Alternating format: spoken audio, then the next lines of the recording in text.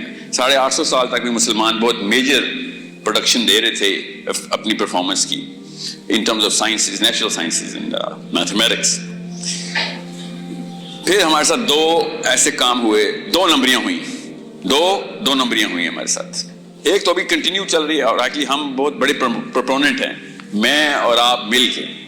ہم پاکستانی ہیں, ہمیں بہتر پتہ ہے کیونکہ ہم میجورٹی مسلمس, ہم انڈین مسلمز نہیں, ہم پاکستانی مسلمز ہیں. فرق ہے کیونکہ ہم وہ والے ملک میں ہیں جہاں پہ majority of the people are Muslim. So we کی not be in some sort of an inferiority complex of being a Muslim. We cannot be. It's not biologically possible because, you know, everybody's a Muslim here. So I'm going to talk to you as a Muslim brother. السلام علیکم. This is me Faisal Imran. I hope آپ خیریت سے ہوں گے. اس video میں شیخ basically root cause of our education system کے بارے میں بات کر رہے ہیں کہ وہ کون سی پرابلمز ہیں جن کی وجہ سے ہمارے ایجوکیشن سسٹم سے سائنٹسٹ نکل کے نہیں آ رہے, انٹلیکچوئلز نکل کے نہیں آ رہے ہیں. اس میں بہت سی ریزن آ جاتی ہیں, مگر one of the biggest reason is that کہ our education system is not based on Islamic principles.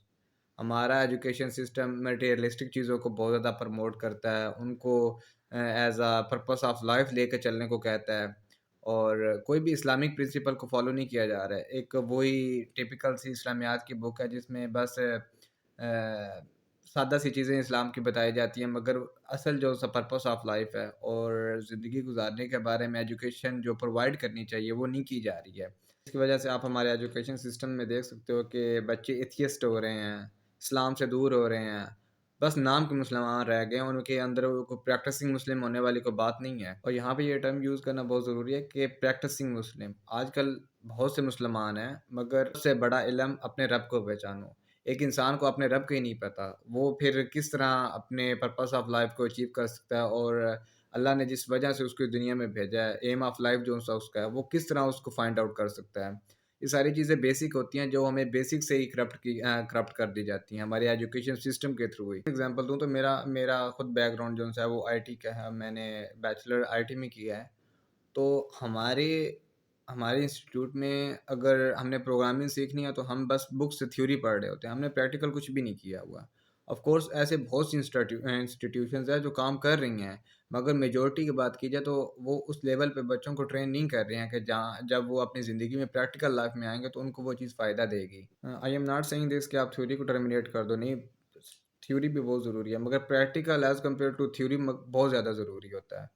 اور ہمارا ایجوکیشن سسٹم میں جو چیزیں امپلیمنٹ کی جا رہی ہیں وہ سب سے یہ زیادہ ضروری ہے کہ ویسٹرن فلاسفی کو زیادہ انجیکٹ کیا جا رہا ہے. آپ ویسٹ کو نہ لے کے ہیں, آپ ان کی کتابوں کو پڑھائیں, ان کے لٹریچر کو پڑھائیں, مگر فرسٹ آف آل جو آپ کی فرسٹ پریورٹی ہونی چاہیے وہ یہ ہے کہ بچے کو آپ نے اسلامی نائٹ پہ بالغ کرنا ہے, اس کے اندر سینس آف اسلام کی آپ نے ڈیولپ کرنی ہوتی ہے. مگر انفارچونیٹلی ہمارے اسکولنگ سسٹم میں دیکھا جائے تو ایک ٹیچر کو اپنے سلیبس تبدیل کرنے کا اختیار نہیں ہوتا, وہ بچے کی سوچ کو کیا تبدیل کرے گا.